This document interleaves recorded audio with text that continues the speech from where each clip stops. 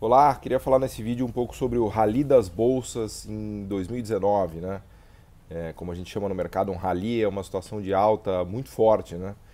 As bolsas no Brasil subiram no Brasil e no mundo subiram mais de 30%, né? Então essa é uma situação para investimentos maravilhosa, né? Estou no mercado há mais de 10 anos, vivi alguns poucos anos, assim, né? Me lembro um grande ano também que foi de 2009, se não me falha a memória, em que a bolsa subiu 80%, né? Depois dela ter despencado.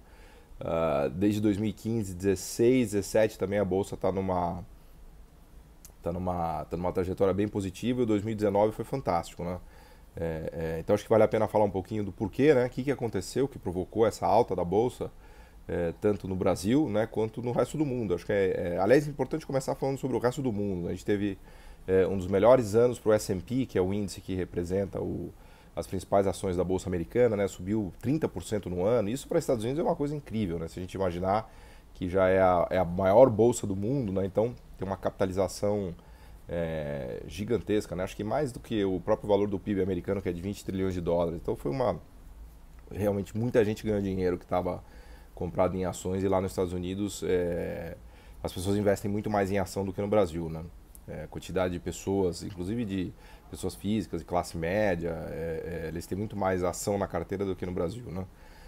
Bom, qual é a grande explicação para esse rally das bolsas lá fora, no mundo, nos Estados Unidos, e que, portanto, ajuda a explicar também o que aconteceu no Brasil? A primeira grande explicação, a meu ver, na minha cabeça, tem a ver com o que o Banco Central americano fez com a taxa de juros, né? Então, o Banco Central nos Estados Unidos vinha subindo os juros em 2018, né? Porque ele estava preocupado com a inflação um pouco mais acelerada, com a economia americana recuperando espaço, mas no final de 2018 começaram a aparecer sinais de desaceleração da economia americana e da economia mundial também. Isso se deve principalmente à guerra comercial do Trump contra a China, daqui a pouco eu falo um pouquinho disso, mas o fato é que o Banco Central americano virou a mão ali no final de 2018, ele parou de subir a taxa de juros e começou a cortar a taxa de juros em 2019, né? Foi um movimento até meio surpreendente.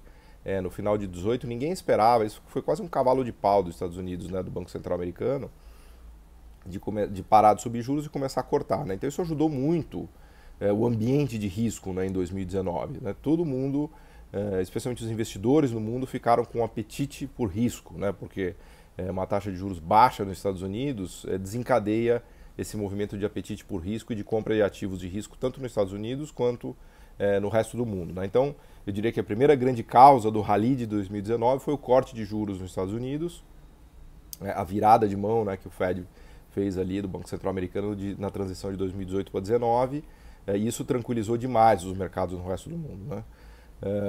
E a segunda grande explicação, a meu ver, tem a ver com a trégua que começou a se desenhar, né, entre o Trump e a China, né? Lembrando que a plataforma do Trump sempre foi esse de proteção dos Estados Unidos, né, o Make America Great Again, né? Então ele vinha brigando com os chineses, colocando tarifa e tal, tentando brigar para trazer empregos industriais para os Estados Unidos de volta, inclusive com o México, né? E isso vinha castigando muito os mercados, né? Aliás, ao longo de 2019 a gente teve altos e baixos, né? Em algum momento ali a escalada de tensão aumentou muito, o Trump colocou tarifa, aí a China desvalorizou a moeda, e aí o Trump revidou, né? O que mais chacoalhou os mercados em 2019 foi essa briga comercial entre Trump e China. Mas mais para o segundo semestre, o Trump começou a aliviar, né? A tirar a mão um pouco dessa briga, e dado que a gente tem eleições de 2020, o mercado começou a enxergar um pouco um caminho de conciliação, né, entre o Trump e os chineses, até porque o Trump não quer encrenca, né, para 2020. Tudo que ele quer é uma bolsa na máxima, né, e uma situação de economia mais tranquila, né, para que aumente a probabilidade dele ser reeleito. E os chineses também estão com vários problemas lá no fronte de Hong Kong, das revoltas de Hong Kong, eles têm problemas no Tibete, eles têm questões ali internas, por assim dizer, que também preocupam muito. Então, eu acho que também é do interesse dos chineses chegar a um acordo, ainda que parcial, né? Então, o Trump inventou, um cara criativo, maluco, porém criativo, né? Inventou essa coisa da fase um do acordo comercial, né? Ele começou a soltar em dezembro de 2019 e aí os mercados entraram em rally de vez. Falou, puta, agora o Trump vai se entender com a China, tá tudo certo. E o cenário que se desenhou, de repente, para 2020 foi um cenário de juro baixo nos Estados Unidos, né? Sem nenhuma chance do Banco Central do Fed subir taxas e conciliação entre o governo Trump e os chineses, pelo menos para essa quadra aí de 2020. Então os mercados realmente entraram em rally, com essa taxa de juros lá nos Estados Unidos voltando a mínimas, com a perspectiva ainda de um crescimento relativamente estável nos Estados Unidos e de ausência de grandes riscos no resto do mundo, né?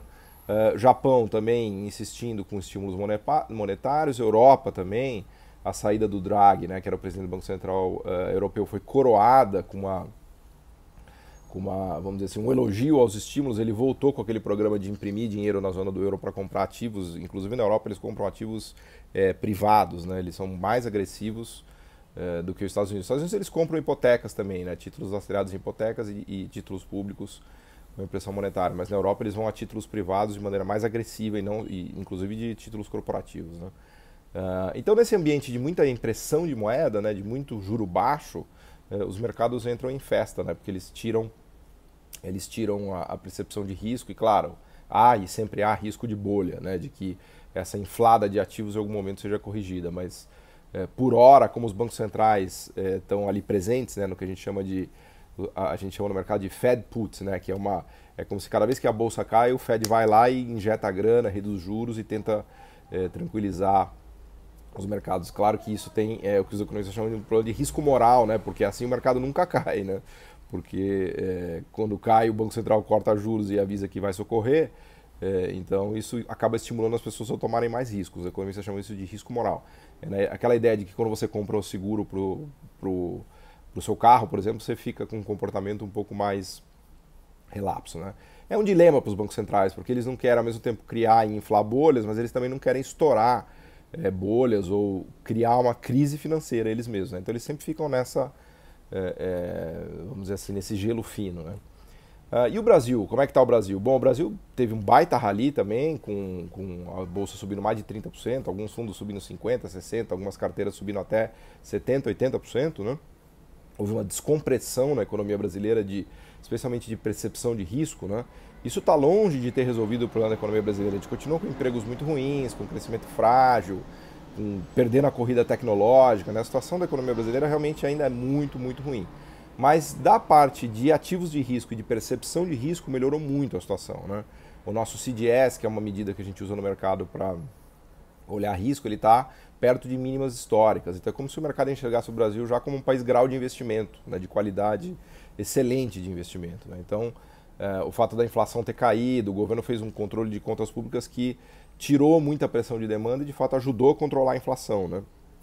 Causou um desemprego gigantesco, horrível, enorme, mas segurou a inflação. Então isso trouxe uma percepção de melhora do ambiente de risco, né? Também a volta do crescimento da economia brasileira, ainda que lenta, né? Mas a gente tem dados, provavelmente no ano de 2019 o Brasil cresceu 1%, um pouquinho mais até, e há chances de a gente crescer 2,5% em 2020, que ainda é horrível, mas da perspectiva brasileira, finalmente é uma volta do crescimento, ainda que tímida, ainda que medíocre, é uma expansão da economia brasileira, né? Então muitas ações se beneficiaram disso do Brasil. Se a gente pegar as ações do mercado imobiliário, várias ações duplicaram, triplicaram, né? Até porque elas vinham realmente muito surradas, né? Empresas que estavam à beira de RJ, conseguiram se rearticular, conseguiram levantar novo capital na bolsa. Então há novos lançamentos, as vendas, especialmente em São Paulo, têm melhorado um pouco, especialmente de imóveis menores, né? Há uma readequação, né, do mercado imobiliário à realidade difícil das pessoas, né?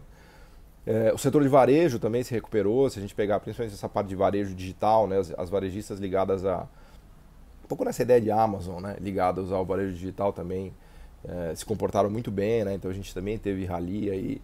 As commodities se comportaram bem, né? A própria Petrobras, a gente está se aproximando de 3 milhões de barris dia, muito por conta dos investimentos que foram feitos lá atrás no pré-sal, né?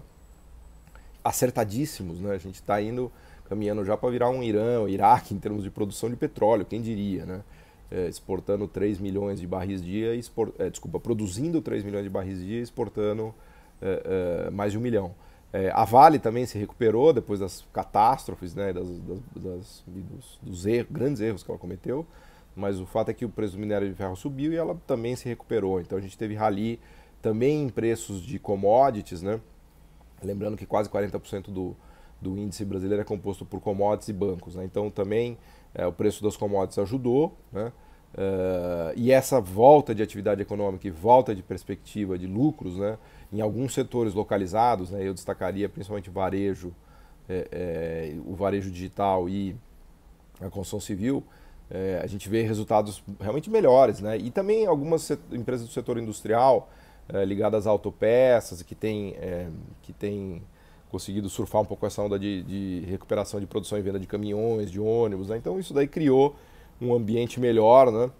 E que, associado ao rally das bolsas mundiais, provocou um rally aqui no Brasil. Todo mundo que estava exposto à bolsa de valores ganhou muita grana, né? Foi um baita ano esse ano de 2019. O contraste com a economia real, com a economia brasileira, não poderia ser maior, né?